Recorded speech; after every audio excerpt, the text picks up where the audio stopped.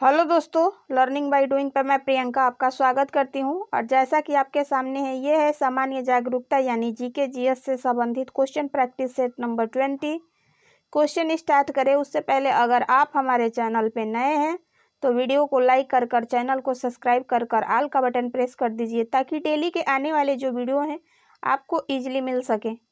तो जैसा कि आपके सामने क्वेश्चन दिया है 26 नंबर कि गुरु नानक के उत्तराधिकारी कौन थे। Option A Guru Angad, option B Guru Ramdas, option C गुरु अर्जुन या ऑप्शन डी गुरु हरिगोविंद। बताइए इस प्रश्न का करेक्ट आंसर क्या होगा। तो दोस्तों इस प्रश्न का करेक्ट आंसर हो जाएगा कि गुरु नानक के उत्तराधिकारी जो थे वो गुरु अंगद थे, यानी ऑप्शन ए इसका करेक्ट आंसर हो जाएगा। अगला प्रश्न है कि आर्यन जनजातियों की प्राचीनतम बस्ती कहाँ है। ऑप्शन ए उत्तर प्रदेश में, ऑप्शन बी बंगाल में, ऑप्शन सी सप्त सिंधु में, ऑप्शन डी दिल्ली में। बताएं इस प्रश्न का करेक्ट आंसर क्या होगा 27 का। तो दोस्तों इस प्रश्न का करेक्ट आंसर ऑप्शन सी हो जाएगा कि आर्यन जनजातियों की प्राचीनतम बस्ती जो थी वो सप्त सिंधु में स्थित थी। ठीक है। अगला प्रश्न है 28 नंबर कि किसने कहा था कि एडोल्फ हिटलर जर्मनी है और जर्मनी एडोल्फ हिटलर है। जो हिटलर के लिए वचनबद्ध था वह जर्मनी के लिए वचनबद्ध है। ऑप्शन ए आरहेंस, option B Mussolini, option C Hitler या ऑप्शन डी कम्युनिस्ट इंटरनेशनल। बताएं इस प्रश्न का करेक्ट आंसर क्या होगा 28 नंबर का। तो दोस्तों जो ये कथन है ये हिटलर ने ही कहा था। ठीक है। अगला प्रश्न है 29 नंबर क्वेश्चन आपके सामने है दोस्तों कि हिमोड के जमाव से विकसित स्थल रूप जो उल्टी हुई नाव या अंडे की उल्टी टोकरी के समान दिखाई देता है उसे क्या कहा जाता है। Option A drumlin, option B kame, option C हिमसोपान, ऑप्शन डी शार्क। बताएं इस प्रश्न का करेक्ट आंसर क्या होगा 29 का। तो दोस्तों इस प्रश्न का करेक्ट आंसर हो जाएगा ऑप्शन ए जो हिमोड के जमाव से विकसित स्थल रूप या जो उल्टी हुई नाव या अंडे इसकी उल्टी टोकरी के समान दिखाई देता है उसे ड्रमलिन कहते हैं। ठीक है। अगला प्रश्न है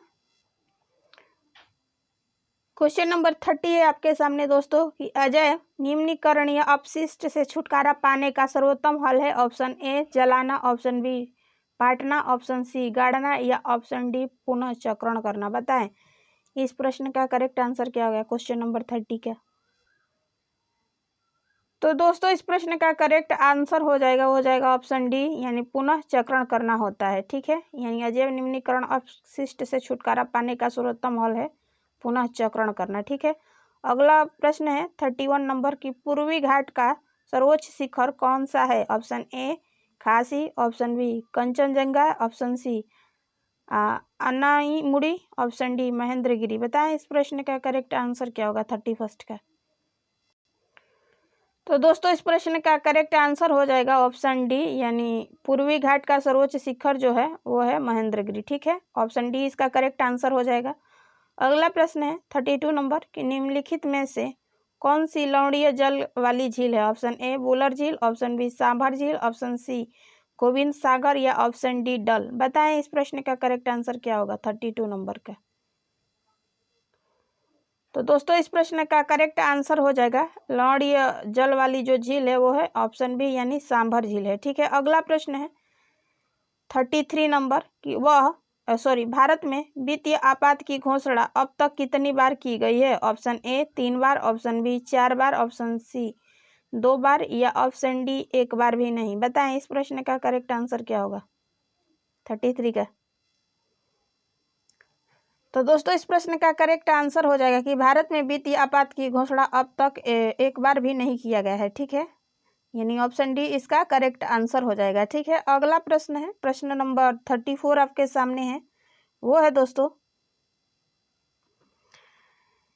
निम्नलिखित को सुमेलित कीजिए। ठीक है। आपके सामने दिया है, इसमें से बताना है कि इस प्रश्न का करेक्ट आंसर क्या होगा। Option A, option B, option C and option D. बताएं।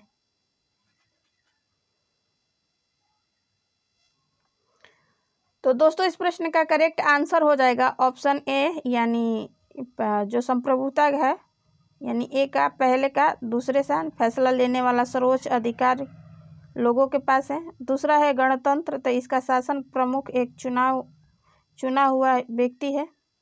और तीसरा है यानी सी जो है बंधुत्व है, तो इसका मतलब होगा कि लोगों को आपस में परिवार की तरह रहना चाहिए। और ऑप्शन डी है धर्मनिरपेक्ष, तो इसका मतलब होता है सरकार किसी धर्म के निर्देश के अनुसार काम नहीं करेगा। ठीक है, तो देख रहे हैं ना, अगला प्रश्न है। तो आई होप यू कि आपको ये क्वेश्चन के जो सुमेलित करने की जो विधि है आपको अच्छे से समझ में आया होगा। ऐसे एग्जाम में क्वेश्चन पूछे जा सकते हैं आपसे, हो सकता है, तो इसको ध्यान में रखिएगा। अगला प्रश्न है, प्रश्न नंबर 35 है आपके सामने दोस्तों। वो है कि लोकतांत्रिक संविधान में इसमें से कौन सा प्रावधान नहीं रहता। ऑप्शन ए शासन प्रमुख के अधिकार, ऑप्शन बी शासन प्रमुख का नाम, ऑप्शन सी विधायिका के अधिकार, या ऑप्शन डी देश के नाम। बताइए ऑप्शन इसमें से कौन सा करेक्ट होगा 35 का। तो दोस्तों इस प्रश्न का करेक्ट आंसर हो जाएगा, वो हो जाएगा ऑप्शन बी जो है, यानी लोकतंत्र में जो है संविधान में से जो है शासन प्रमुख का नाम का प्रावधान नहीं रहता है। ठीक है, अगला प्रश्न है, ऑप्शन बी इसका करेक्ट आंसर होगा। क्वेश्चन नंबर 36 है आपके सामने कि नगद आरक्षण अनुपात में वृद्धि के फलस्वरूप ऑप्शन ए बैंक साख में वृद्धि होती है, ऑप्शन बी बैंक साख में कमी होती है, ऑप्शन सी स्थिर बैंक साख, या ऑप्शन डी अतिरिक्त बैंक साख। बताएं इस प्रश्न का करेक्ट आंसर क्या होगा 36 का। तो दोस्तों इस प्रश्न का करेक्ट आंसर हो जाएगा ऑप्शन बी, यानी नगद आरक्षण अनुपात में वृद्धि के फलस्वरूप जो बैंक में साख में कमी होती है। ठीक है, अगला प्रश्न है कि निम्न में से कौन सी संस्था शेयर बाजारों पर नियंत्रण रखती है। Option A RBI, option B SEBI, option C UTI, या ऑप्शन डी इरिडा। बताएं इस प्रश्न का करेक्ट आंसर क्या होगा 37 का। तो दोस्तों इस प्रश्न का करेक्ट आंसर हो जाएगा, वो हो जाएगा ऑप्शन जो है कि शेयर बाजारों पर जो नियंत्रण रखती है वो सेबी संस्था है। ठीक है, अगला प्रश्न है 38 नंबर कि फार्मिक अम्ल किसके द्वारा उत्पादित किया जाता है। ऑप्शन ए दीमक, ऑप्शन बी काकरोच यानी तिलचट्टा, ऑप्शन सी लाल चींटी, या ऑप्शन डी मच्छर। बताएं इस प्रश्न का करेक्ट आंसर क्या होगा। इस प्रश्न का आंसर हर व्यक्ति को पता होगा, बताएं फटाफट। तो दोस्तों इस प्रश्न का करेक्ट आंसर हो जाएगा कि जो फार्मिक अम्ल होता है वो लाल चींटी के द्वारा, जब लाल चींटी जब काटती है ना तो वो उसमें वो करती हैं, छोड़ देती हैं। ठीक है, तो अगला प्रश्न है केजुराइना एक, ऑप्शन ए जलोद्भिद है, ऑप्शन बी समोद्भिद है, ऑप्शन सी मरुदुद्भिद है, या ऑप्शन डी अधिपादप है। बताएं इस प्रश्न का करेक्ट आंसर क्या होगा 39 का। तो दोस्तों इस प्रश्न का करेक्ट आंसर हो जाएगा, वो हो जाएगा ऑप्शन सी कि केजुराइना एक मरुदुद्भिद है। ठीक है, अगला प्रश्न है प्रश्न नंबर 14 कि जल द्वारा किसी कार्बनिक यौगिक के रासायनिक अपघटन को क्या कहते हैं। ऑप्शन ए हाइड्रोजनीकरण, ऑप्शन बी जलयोजन, ऑप्शन सी जल अपघटन, ऑप्शन डी ये सभी। बताएं इस प्रश्न का करेक्ट आंसर क्या होगा 40 का।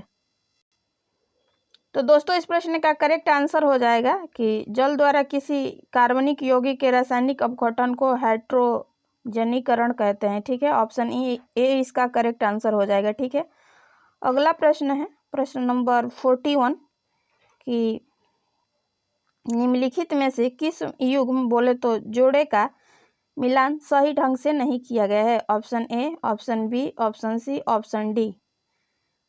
बताएं इस प्रश्न का करेक्ट आंसर क्या होगा। ऑप्शन ए में दिया है विटामिन बी पायराडॉक्सिन, ऑप्शन बी में दिया है विटामिन सी जिसमें एस्कॉर्बिक अम्ल दिया है, ऑप्शन सी में दिया है विटामिन ई जिसमें अल्फा टोकोफेराल दिया है, और ऑप्शन डी है जो विटामिन दिया है वो है धूप, विटामिन डी में धूप। बताएं इसमें कौन सा जोड़ा गलत है। जो जोड़ा गलत है वही इस प्रश्न का करेक्ट आंसर है।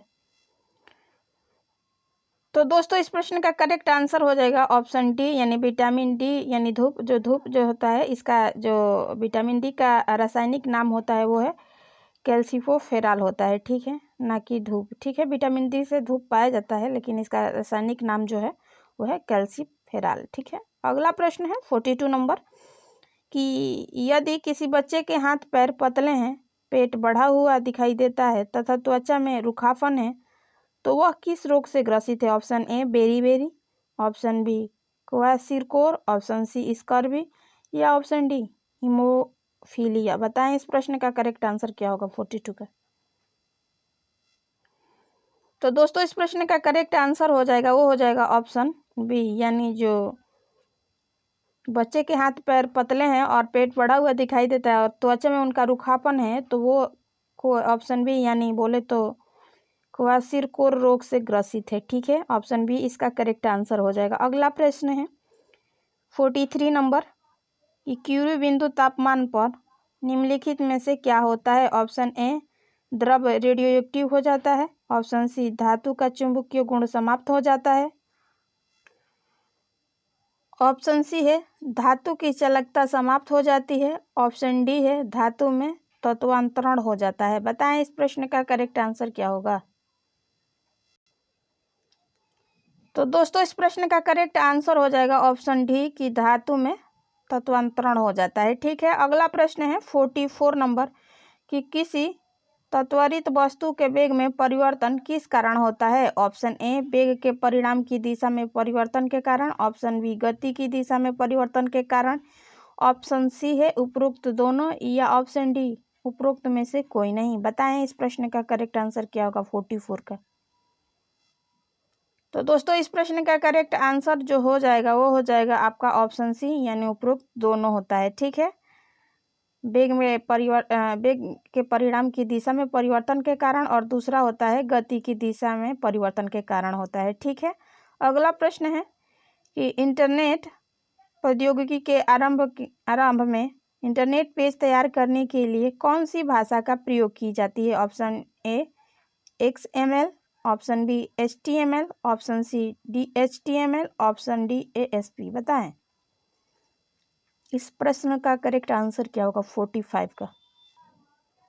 तो इस प्रश्न का करेक्ट आंसर हो जाएगा दोस्तों, तो वो है ऑप्शन बी, यानी इंटरनेट प्रौद्योगिकी के आरंभ में इंटरनेट पेज तैयार करने के लिए जो भाषा प्रयोग किया जाता है वो HTML होता है, ठीक है। अगला प्रश्न है प्रश्न नंबर 46 कि भारतीय प्रधानमंत्री द्वारा मार्च 2021 में विश्व जल दिवस यानी 22 मार्च के अवसर पर किस अभियान की शुरुआत की गई थी? ऑप्शन ए जल शक्ति अभियान, ऑप्शन बी स्वच्छ भारत अभियान, ऑप्शन सी स्वच्छ शक्ति अभियान, ऑप्शन डी उपरोक्त में से कोई नहीं। बताएं इस प्रश्न का करेक्ट आंसर क्या होगा 46 का।